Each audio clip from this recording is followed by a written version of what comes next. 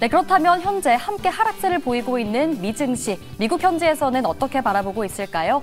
미국 증시 전문 유튜버 유사남님 연결해 들어보겠습니다. 유사남님 안녕하세요. 네, 오늘 금요일장 어떻게 보고 계실까요? 네, 현재 기준으로 목요일 사상 최고치를 경신했던 S&P 500 지수와 나스닥 지수는 지속적으로 나오고 있는 트럼프 대통령의 관세 위협이 고조되면서 투자 심리가 소폭 위축되면서 하락 반전했다라고 전달할 수 있을 것 같습니다. 현재 기준으로는 추가적으로 나오는 소식이 베트남과 브라질뿐만이 아니라 캐나다 쪽에서도 추가적인 압박을 보이면서 이 소식으로 인해서 주가가 하방 압력을 받고 있다고 말씀드릴 수 있을 것 같습니다. 네, 현재 하방 압력을 받고 있는 미증시입니다. 그렇다면 오늘 장에서 꼭 짚어봐야 할 투자 전략, 이슈까지 함께 짚어주시죠. 네, 일단 오늘 같은 경우는 거시경제 수출들이 많이 나오는 날은 아닙니다. WASD 보고서가 예정이 되고 있고요. 그러고 나서는 CFTC를 통한 투기적 손포지션에 대한 발표가 있을 예정인데요.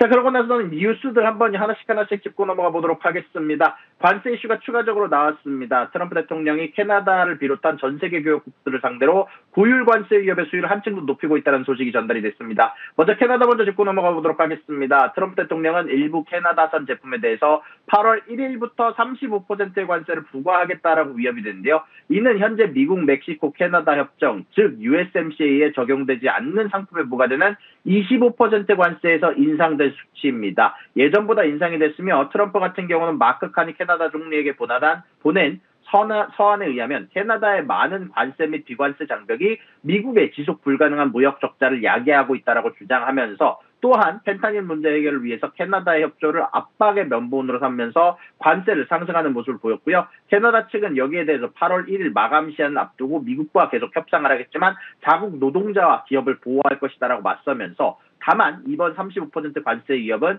USMCA 규정에 따라서 거래되는 상품에는 적용되지 않을 것으로 보이면서 전반적으로 캐나다 쪽에서 가장 중요한 산업 중 하나인 자동차 산업과 같이 양국 간 경제가 긴밀히 통합된 부분의 직접적인 타격은 제한될 것이다라는 게 애널리스트의 평가입니다. 그리고 이번 관세 압박은 캐나다에만 국한된 것이 아니었습니다. 베트남 역시 트럼프 행정부의 관세 발표에 당혹감을 감추지 못하고 있는데요.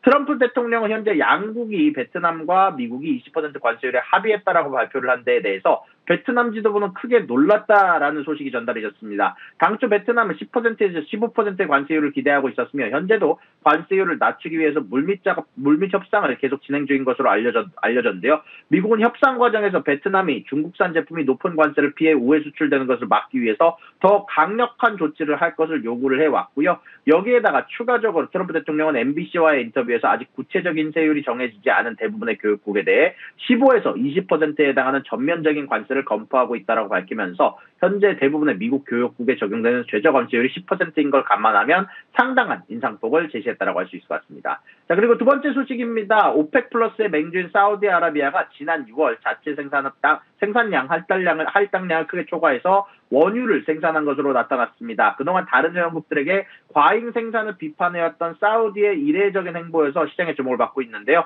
현재 IEA가 발표한 7월 월간 석유 시장 보고서에 따르면 사우디는 월간 6월 생산량을 하루에 70만 배럴 늘린 980만 배럴까지 증산을 했습니다. 이는 사우디의 오펙 플러스 할당량을 약 40만 배럴이나 초과하는 수치이며 증가분의 상당량은 실질적으로 수출된 것으로 파악이 되는데요. IEA는 이런 증산이 최근 이스라엘과 이란과의 군사적 긴장 국면 속에서 페르시아만에서 운송 차질 가능성에 대비해서 원유를 시장에 서둘러서 공급하려는 움직임의 일환일 수 있다라고 분석을 했는데요. 실제로 사우디뿐만이 아니라 이라크, 쿠웨이트, 아랍에미리트 등 다른 중동 회원국 역시 생산 할당량을 초과한 것으로 나오고 있습니다. 다만 사우디의 이번 증산은 전 세계 원유 시장이 상당한 공급 과잉 형태로 가고 있는 가운데 나오고 있다는 점에서 주목을 받고 있는데요. 특히 IEA는 올해 석유 소비 증가량 전망치를 하루 70만 배럴로 하향 조정했는데 현재 이런 부분들 안에서 사실 오펙 플러스 국가들에 대해서 사우디가 과잉 생산을 자제하라라고 얘기를 한 가운데 안에서 나온 소식이라 전반적으로 주목을 받고 있다라고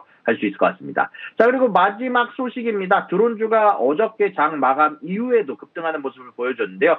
미 국방부가 중국과 러시아와의 무인기, 즉 드론 전쟁에서 우위를 점하기 위해서 국방부의 모든 규제를 허물고 드론 생산과 배치를 대폭 과속화하는 파격적인 조치를 취했다는 소식이 전달이 되면서 주가 급등하는 것으로 보이고 있습니다. 피텍세스 국방장관은 관료주의와 장갑을 벗어던질 것이라고 얘기를 하면서 드론 혁신을 가로막았던 기존의 정책을 폐기하는 두 건의 새로운 지침에 서명을 했습니다. 아무래도 이런 부분들 관련해서 가장 큰 변화는 소형 드론을 더 이상 고가의 항공기가 아닌 탄약과 같은 소모품으로 제정한 것입니다. 이를 통해서 복잡한 추적 시스템에서 벗어나고 신속하게 저렴하게 드론을 획득하고 교체할 수 있게 됩니다. 그리고 이제 대령급 지휘관들은 국방부의 복잡한 승인 절차를 거치지 않고 독자적으로 상용 드론이나 3D 프린팅 드론을 조달하고 테스트할 수 있는 권한을 갖게 됩니다. 이번 조치는 우크라이나와 중동에서 드론의 치명적인 위력이 입증된 가운데 안에서 특히 러시아가 사용하고 있는 샤헤드 드론처럼 저비용 고효율 무기체계의 중요성이 부각된 것이 배경이 됐고요.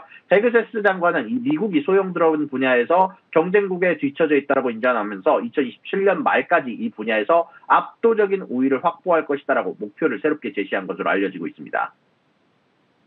네, 드론주들 흐름까지 함께 체크해봐야겠습니다. 이렇게 오늘 시장 대응에 필요한 내용들 짚어봤고요. 미국 증시 전문 유튜버 유산남님과 함께했습니다. 고맙습니다.